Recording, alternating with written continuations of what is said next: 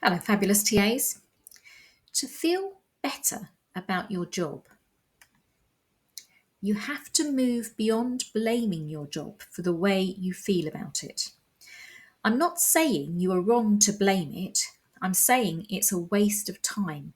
It makes you feel angry and powerless, and there is a better way.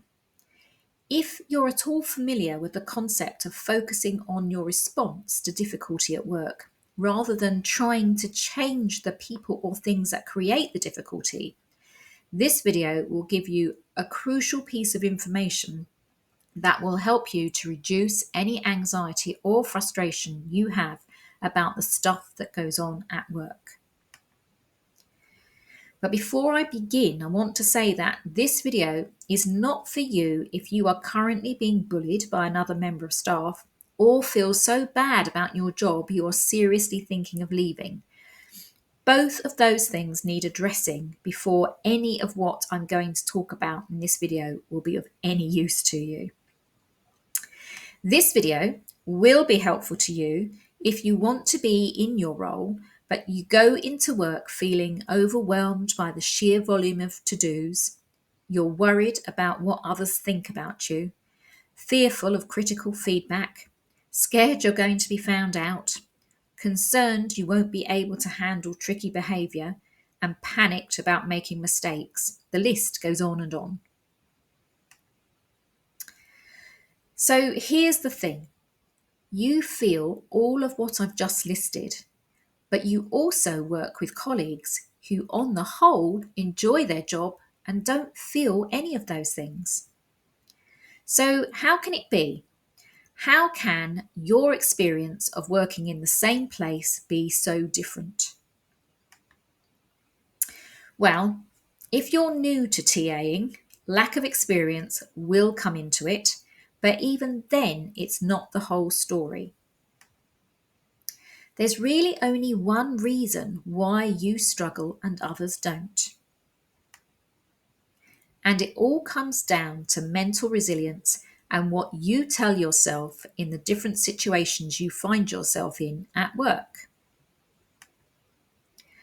So, your colleagues who aren't struggling with their to-dos, who aren't worried about what others think about them, who aren't fearful of critical feedback, who aren't scared they're going to be found out, who aren't concerned they won't be able to handle tricky behaviour, and who aren't panicked about making mistakes, are having mental conversations with themselves that are quite different to yours. Let's look at some of the mental conversations you have every day. 1. I'm not good enough. 2. What if I say something wrong? 3. I'll never be as competent as the other TAs. 4. I'm going to mess up and the teacher will think I'm useless. 5. These students just don't like me. 6. If this gets more tricky, I won't be able to handle it. 7. Everyone thinks I'm too slow and don't understand what I'm doing. 8. If I can't handle this, I shouldn't be in this job. 9. It's all too much. I just want to run away. 10. If I don't do this perfectly, the school won't want me. If this sounds like you, you're not alone. Practically every human being on the planet will tell themselves stuff like this at one time or another. But the difference between people who struggle and people who don't struggle at work is literally the way they challenge the thoughts they feed their brain. Thoughts that put you down, like the ones you're feeding your brain, lead to struggle at work. But thoughts that build you up, like the ones your colleagues who aren't struggling feed their brain, lead to a more relaxed attitude to work. Here's what your colleagues who don't struggle tell themselves. They replace "I'm not good enough" with "I'm not going to do everything perfectly, but every day gives me a chance to do things better." They replace "what if I say something wrong" with "everyone makes mistakes and it's an opportunity to show my colleagues and students how to handle them gracefully." They replace I'll never be as competent as the other TAs with each TA has their strengths and areas to improve, including me. I can learn from others without comparing myself negatively. They replace I'm going to mess up and the teacher will think I'm useless with I can always seek feedback and use any mistakes as learning opportunities to enhance my skills. They replace these students just don't like me with building rapport takes time. I'll keep being approachable and learn what works best with different students.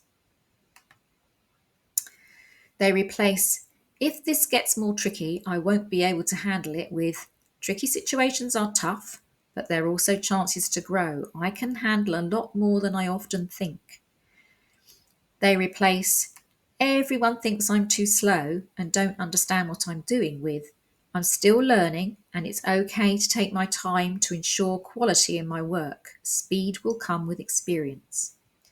They replace if I can't handle this, I shouldn't be in this job with every job has its ups and downs. Learning to manage difficulties is part of the process.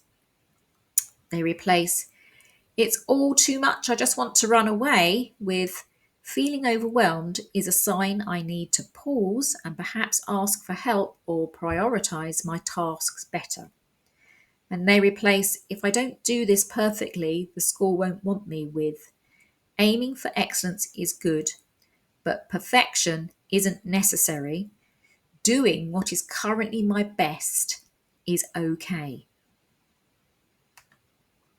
So, in a nutshell, your colleagues who aren't struggling go easier on themselves than you do.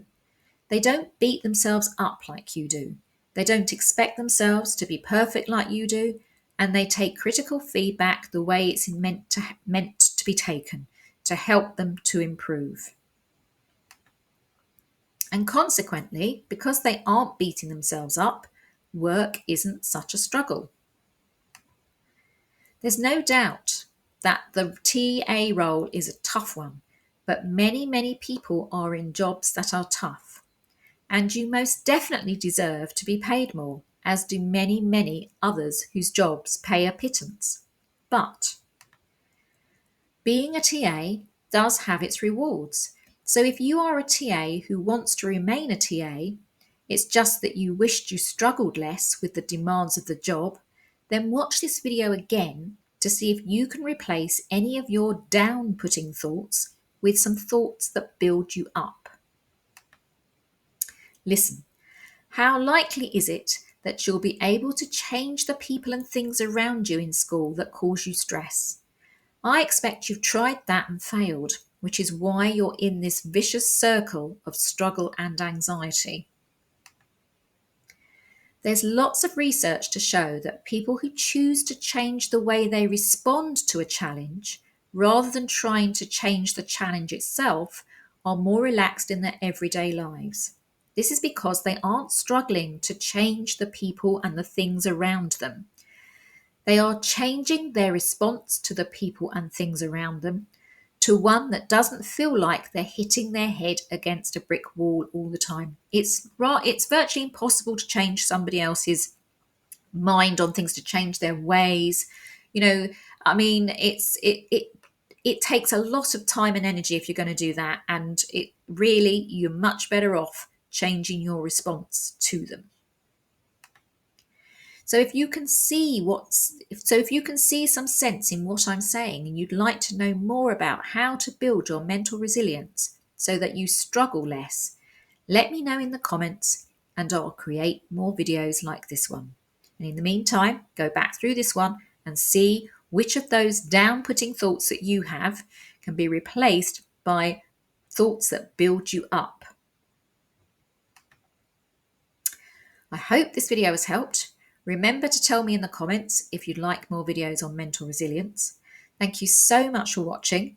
Please give this video a thumbs up and subscribe to my channel so that you know when I've created a new video to help TAs work at your most confident best.